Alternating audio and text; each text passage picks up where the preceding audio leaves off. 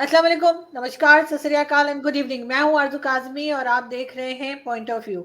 हमें जी ज्वाइन किया है डॉक्टर अभिषेक मिश्रा जी ने। बहुत शुक्रिया सर कि आज आप आए। Thank you so much. Always a pleasure to be on your show. Arzoo ji, आपने मुझे बुलाया, इसके लिए बहुत बहुत शुक्रिया, धन्यवाद। Thank you sir. सबसे पहले तो दो खबरों पे हम बात करेंगे। एक तो जो है वो इंडिया की गवर्नमेंट ने या भारत की गवर्नमेंट ने जो है पाकिस्तान को कहा है ऑफिशियली कि हाफिज सईद को हैंड ओवर किया जाए। उसके ऊपर बात करेंगे कि ये ख्याल क्यों आया और क्या आपको लगता है कि पाकिस्तान की तरफ से क्या रिप्लाई आएगा, क्या आना चाहिए। और दूसरी बात हम कतर की करेंगे कि वहां पर जो नेवी ऑफिसर्स आपके फंसे हुए थे और उनको मौत की सजा सुनाई गई थी, वो तो फिलहाल रोक दी गई है और कहा गया है कि वो नहीं होगी। बाकी दूसरी सजाएं हो सकता है कि किसी को 5 साल, किसी को 10 साल या 2 साल ऐसा कुछ चले। लेकिन बहरहाल ये एक बहुत बड़ी जो है वो भारत की कामयाबी या भारत की सक्सेस या अचीवमेंट जो के तौर पे इस खबर को देखा जा रहा है फॉरेन पॉलिसी के हवाले से। अगर हम बात करें तो सबसे पहले हाफिज सईद के बारे में क्या कहेंगे आप? अब हाफिज सईद के बारे में आप क्या बात कीजिएगा। मैन हैज बीन डिक्लेयर्ड, वो उनको यूनाइटेड नेशन सिक्योरिटी काउंसिल के घोषित आतंकवादी हैं। अब वो आप ही के टीवी चैनल का, मैं बड़ा अच्छा स्टेटमेंट था, किसी आप ही के टीवी चैनल पे, पाकिस्तान के टीवी चैनल पे किसी सज्जन ने एक सेंटेंस बताया था कि हाफिज सईद कौन सा अंडा दे रहा है हमें। वाकई में क्या अंडा दे रहा है हाफिज सईद? हाफिज सईद की कौन सी ऐसी बात है जो आज पाकिस्तान की सोसाइटी के लिए रिलेवेंट है? वो स्पेस साइंटिस्ट है, वो फिलोसोफर है। सिवाय इसके कि मोदी मैं तुझे दिखा दूंगा बदला क्या होता है, चार लोगों को इधर मरवा दूंगा, उधर टेररिस्ट एक्टिविटी करवा दूंगा, इसके अलावा क्या है हाफिज सईद का अचीवमेंट भाई? क्या ऐसा समाज पाकिस्तान बनाना चाहता है? ये तो पाकिस्तान के लोगों को पूछना होगा। Hasn't the time come to clean your house and put everything in order? क्या नवाज शरीफ साहब ये बातें नहीं कह रहे कि ये हमारी गलतियां हैं? आप देखिए, वैमनस्यता इतनी बढ़ गई है दोनों सोसाइटीज में कि हम आगे नहीं बढ़ पा रहे, एक दूसरे पे डिस्ट्रस्ट है।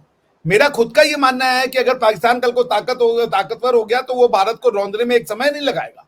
तो भारत से दोस्ती किया, पाकिस्तान से दोस्ती की जाए कि ना की जाए, इसको लेकर के तो मैं भी संशय में रहता हूं। तो कम से कम लोग जाने तो एक दूसरे को कि क्या है क्या नहीं है।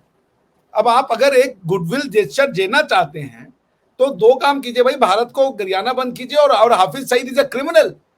मुंबई 26/11 के लोगों के खून उनके हाथ में है भाई। कितने टेररिस्ट एक्टिविटी उसके हाथ में है।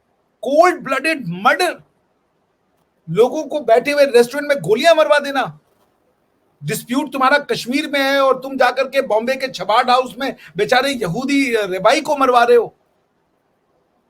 ये कौन करता है? ये मानसिक बीमारी है Arzoo ji. This is a mental problem. तो अगर भारत दे भी रहा, कह भी रहा है, तो एक्स्ट्राडाइट करवा दीजिए। इंटरनेशनल क्रिमिनल लॉ में, इंटरनेशनल कस्टमरी लॉ में एक प्रिंसिपल है, और डेडिकेयर और जुडिकेयर। इधर यू प्रोसिक्यूट और यू एक्स्ट्राडाइट। आप क्या करना है? हाफिज सईद यदि आपके समाज में यूटिलिटी वाला है तो दे दे। 26/11 को आपके यहाँ पे ही वो खोसा साहब थे, उन्होंने लिख करके डॉन में कहा था कि हमारे यहाँ से हुआ है। क्लिपिंग्स मौजूद है, डायरेक्शंस दिए जा रहे थे। अरे तो खत्म कीजिए ना इन चीजों को, प्रोसिक्यूट करके अपनी सिंसियरिटी दिखाइए ना। इन लोगों को आप अपने यहाँ जेलों में रख के ये बच्चे पैदा कर रहे हैं, ऐसी बातें आप करते हैं। समाज कहाँ ले जा रहे हैं आप? तो अगर मांगा है हाफिज सईद को, मैं भी मानता हूं कि हाफिज सईद को तुरंत हैंडओवर करना चाहिए और इंडिया में उनका प्रोसिक्यूशन होना चाहिए। तो इसमें तो कोई शक नहीं है।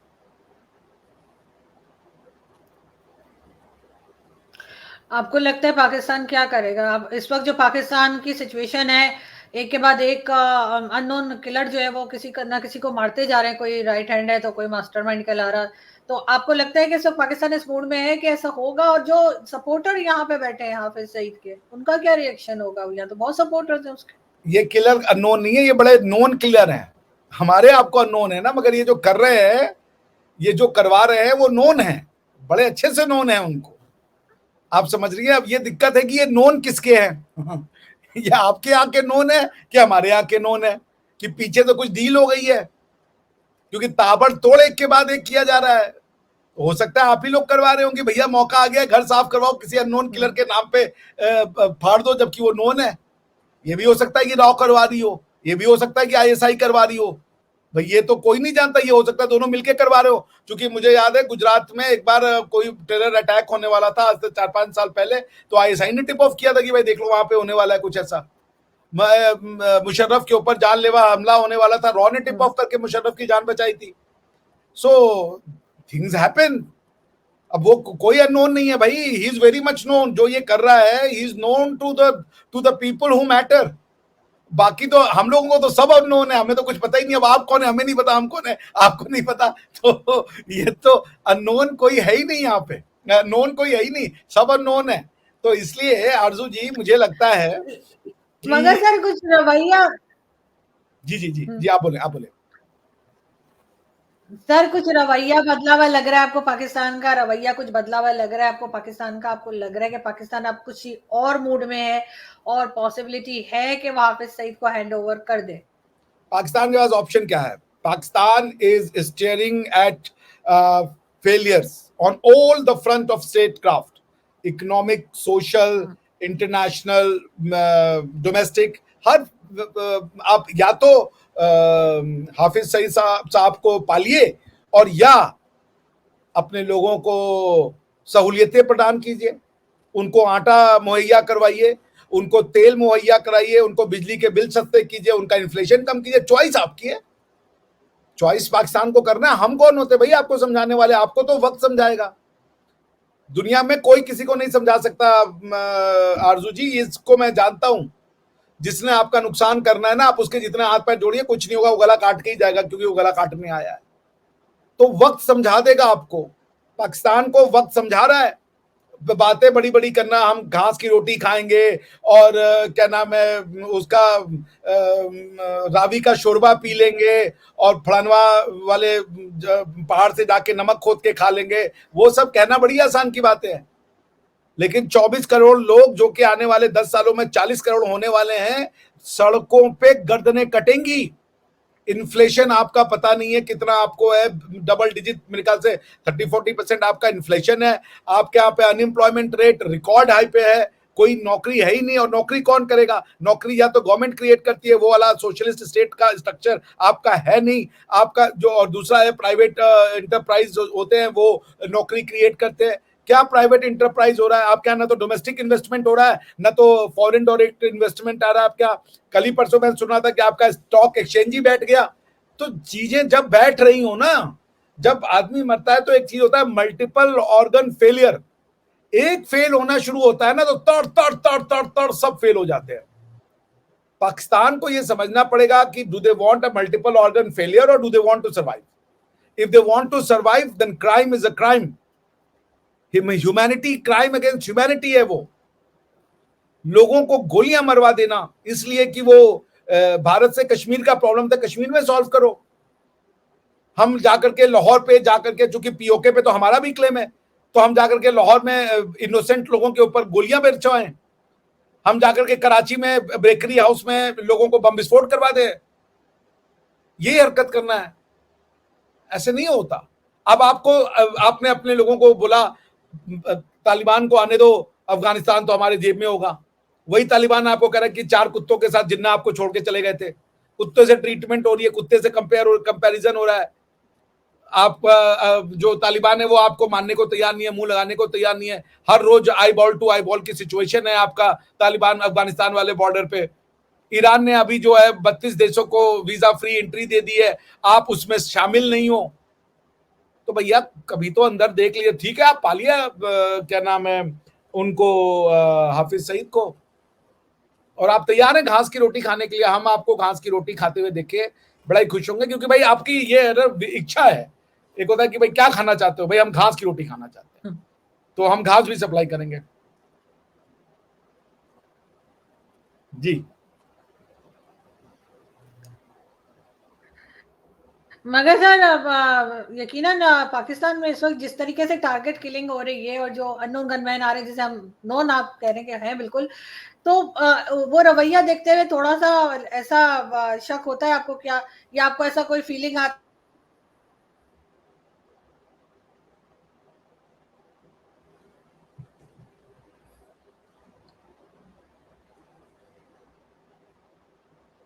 है वो अपने अपने सिटीजन को किसी दूसरी कंट्री के हवाले नहीं करती। क्यों नहीं करती है भाई? सारी दुनिया क्रिमिनल्स को, अब जी। आप अगर हम कहा करें कि हवाले कीजिए, हवाले करना हमारा सेकंड डिमांड है। फर्स्ट डिमांड है उनको क्रिमिनली प्रोसिक्यूट कीजिए और सारे एविडेंसेस को मानिए और उनको सजा दे दीजिए जो एक टेररिज्म की होती है आपके देश में। हम कहाँ कह रहे हैं? हम तो कह रहे हैं कि आप उनको प्रोसिक्यूट कर लीजिए। जब आप प्रोसिक्यूट नहीं कर रहे तब हम कह रहे हैं एक्स्ट्राडाइट करो। हम तो पहले ही कह रहे हैं कि हमने आपको सारे के सारे एविडेंसेस, जो उज्जवल निकम साहब थे जो इसको प्रोसिक्यूशन को देख रहे थे कसाब वाले मैटर में, वो गए थे पाकिस्तान। उन्होंने कहा है, उनका ऑन रिकॉर्ड है कि हमने सारे के सारे सबूत दे दिए। अब आपको सबूत मानना ही नहीं है। आपके सबूत के लिए सीधा ऊपर से अगर भगवान लेकर के आए तो आप मानेंगे सबूत को, वरना कोई चीज आप मान, आपकी दुनिया, ये प्रॉब्लम है पाकिस्तान की, जो फिलॉसफी है मानने पे है। हम नहीं मानेंगे तो सच एग्जिस्ट ही नहीं करेगा, और हम मानेंगे तो सच एग्जिस्ट करेगा। यानी कि अगर कल को पाकिस्तानियों को ये पढ़ा दो कि मत मानो सूरज है, तो कहेंगे अंधेरा है। तो पाकिस्तान की ये मानने की फिलॉसफी जो है ये बड़ी डेंजरस है। और एक चीज और कहना चाहूंगा, ये जो घास की रोटी आप लोग खाने का सोच रहे हैं, ये गाय और बकरियों का घास खा जाएंगे, वो क्या खाएंगे? मैं तो उस चिंता में हूं। अगर आप घास की रोटी खाएंगे तो जो बेचारे घास खा रहे वो क्या खाएंगे? आपने तो फूड चेन को तोड़ दिया यार कल को। मतलब सोचिए, मैं देख रहा हूँ कि पाकिस्तान के लोग घास चर रहे हैं और गाय और बकरी आपस में बात करिए कि यार ये इंसानों को चर लेने दो, जो बचेगा वो हम चरेंगे। आप तो भाई होश के नाखून ले। ऐसे ऐसा ही लगता है सर। लेकिन सर देखते हैं कि इसके ऊपर पाकिस्तान की गवर्नमेंट की तरफ से क्या रिप्लाई आता है, जो कि अभी तक मैं इंतजार कर रही हूँ। या तो मैंने देखा नहीं है या पता नहीं इन्होंने अभी तक रिप्लाई कोई किया नहीं है। मगर खैर इस एक बात तो ऑन अ पक्की है कि सीरियस हाफिज, नोट लेकिन सर आरजू हाफिज जी, सिंह को हम हीरो मानते हैं ना, तो हीरो को तो हम नहीं देंगे। ये मुझे तो, लगता तो है। आप जी। तो हर उस चीज को हीरो मानती हो जिसने भारत का नुकसान किया है। मैं नहीं सर, आपकी मैं दिक्कत गवर्नमेंट ये, की बात कर रही हूँ, अपनी आप बात नहीं कर रही। मैंने इसे आप आई नो मैंने इसे आप आपका मैं बहुत रेस्पेक्ट करता हूँ पर्सनली। आई हैव इमेंस, आप मींस सर थर्ड मेरा पार्टी नहीं। बस चले, मेरा बस चले, मैं अभी वाघा बॉर्डर में छोड़कर आ जाऊँ, हाफिज सईद को ले नहीं, जाऊँ। वो तो मुझे पता है, और आप जैसे बहुत से लोग हैं पाकिस्तान में, इस बात को भी मैं जानता हूं। लेकिन पाकिस्तान की जो स्टेटेड पॉलिसी है, आज मैं आप ही के मुझ पे एक अवैश इकबाल साहब है, उनको मैं सुन रहा था एक चैनल पे, बड़ी पॉजिटिव बातें की, तो वो बड़ी अच्छी मुझे उनको सुन करके लगा। तो मैं ये कहना चाह रहा हूं कि ये जो एक ये डील हो सकती है अंदर खाने, you never know. I'm just giving you one of the possibilities because I'm not at all privy to any of these facts, neither do I have access to these facts, but all I'm giving you is conjecture. क्या है वो conjecture? मेरे हिसाब से कि ये deal बिल्कुल possible है कि अगर आप अपनी हालात सुधारना चाहते हो, because Pakistan is staring at economic failure in coming future, तो वो ये कह सकते हैं कि भैया मोदी जी चूंकि बड़े सख्त बार्गिनर हैं, मोदी जी जो है वो इंडिया उनके हाथ में बड़ा सुरक्षित है, मोदी जी है तो भाई मुमकिन है, हम तो इस थ्योरी वाले हैं, मोदी जी के हम प्रगाढ़ भक्त हैं, अंध भक्त हैं, गंध भक्त हैं, आपको जो कहना है कह लीजिए, हम सब वही हैं, मोदी जी वाले हम सब है भाई। तो मैं ये कहना चाह रहा था कि ये जो हो सकता है कि डील हुई हो कि नवाज शरीफ साहब आएंगे, उनको प्रधानमंत्री बनाया जाएगा, वो मोदी जी के साथ संबंध जो है दोनों नए वाले इलेक्शन से नई शुरुआत करेंगे, और उसके बदले में एक ये हुई है कि जो पाकिस्तान अपना हाउस इन ऑर्डर करेगा, वो जो इस तरीके के तत्व है उनको वो मारेगा या खत्म करेगा या प्रोसिक्यूट करेगा। उसकी एक सीरीज शुरू हो चुकी है, तो मुझे कोई उसमें डाउट नहीं है कि आपकी खुद की इंटरनल एजेंसीज करवा रही हो as a deal to strike a normal relationship with India. Because आपने देख लिया ना हमास का कि 57 इस्लामिक मुल्क, OIC, OUC, OIC, किसी ने नो वन सी हो गया, OIC से आई डेंट सी, ये वाली हिसाब हो गई। हमास को और फिलिस्तीन को रेत, मतलब जिसे कहती है, उन्होंने सपाट कर दिया है। इजराइल ने क्या कर लिया, क्या कर लिया 57 इस्लामिक मुल्कों ने, मुझे बता दीजिए। और आपको ये भी बताऊं, हुतियों ने जब मारा मिसाइल, आज जो रेड सी क्राइसिस है उसका एक रीजन ये है कि हुतियों ने जब इजराइल पे मारा मिसाइल तो उसको सऊदियों ने और अमेरिकन ने इंटरसेप्ट कर दिया, तो सऊदिया भी इजराइल के साथ खड़ा हो गया। तो ये कहना कि जब आपके पास प्रॉब्लम होगी और अरब देश आ जाएंगे और आपको गोद में उठा के कहेंगे अरे रे मुन्ना बाबू हम हैं 57 में से 56 तो तुम हो, आओ, अरे अब तक 56 हो चुका है आपका, नहीं देने वाले कोई आपका हेल्प। और अब जो आने वाला समय है, जैसे जैसे पेट्रोल की वैल्यू कम हो रही है, ऑल्टरनेटिव एनर्जी मार्केट में आ रही है, Arzoo ji I can vouch for it कि अब पैसे चैरिटी में देने के लिए न तो अरबों के पास होंगे और न तो किसी के पास होंगे, चाइना तो वैसे भी नहीं देती। तो आप ये सोचिए आने वाले 10 साल में कहां से कमाइएगा। 40 करोड़ प्रोजेक्टेड आपका वो है, चूंकि आपके यहाँ पे ये भी एक बड़ी ज्ञानी परम ज्ञानी, उससे ज्ञान के ऊपर का भी कोई ज्ञान है, विज्ञान है, वो जो है वो आपके यहाँ पे है कि 16 बच्चे 17 बच्चे, वाह वाह वाह वाह वाह वाह वाह वाह, तो कीजिए भी 16 बच्चे 17 बच्चे, फिर वो जब 40 लाख 40 करोड़ लोग होंगे, उनको ना तो आप नौकरी दे पाएंगे, क्योंकि ना तो अरे बिजनेस है ना इकोनॉमी है। सर शुभ शुभ बोलिए, इतनी खौफनाक बातें ना कीजिए कि इतने सारे बच्चे। लेकिन अगर हम सर एक बात और जो हम डिस्कस करने जा रहे थे कतर वाली, उसके बारे में अगर हम बात करें तो यकीनन ये एक बहुत बड़ी अचीवमेंट है आपकी फॉरेन पॉलिसी की। और इस पे आप क्या कहेंगे कि वो जो आपके 8 नेवल ऑफिसर्स जो है कतर में, उनकी सजा जो थी वो बदल दी गई है। देखिए जी, बदल दी गई है, आपने बिल्कुल सही कहा, और सिर्फ 8 की नहीं बदली, बल्कि जो आप अगर देखेंगे कुवैत ने किया कि कतर ने किया? कतर। अच्छा, जो जो कतर ने जो ये सजा माफ की है, वो सिर्फ उनकी नहीं की है, 8 बहुतों की कर दी है। मतलब मैं आपको एक पूरा रिकॉर्ड दे सकता हूं अगर आप इंटरेस्टेड हैं, तो वो ये है कि टोटल 115 लोग थे, ठीक है ना?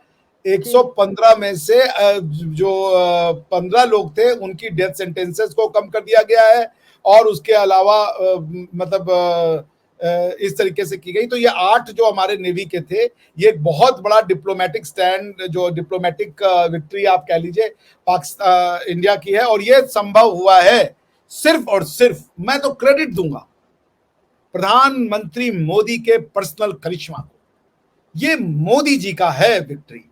जैसे कहते हैं ना हमारे यहाँ की भाई मोदी है तो मुमकिन है, भैया ये तो वाकई में मुमकिन हो गया भैया। मोदी जी तो हमें लग रहा है कि वो मतलब जो चाहे वो कर दें यार। आजकल की डेट में मेरे पास कुछ पैसे कम है घर बनाने के लिए, मैं सोच रहा हूँ मोदी जी को लिख दूं, वो चाहेंगे तो हो जाएगा।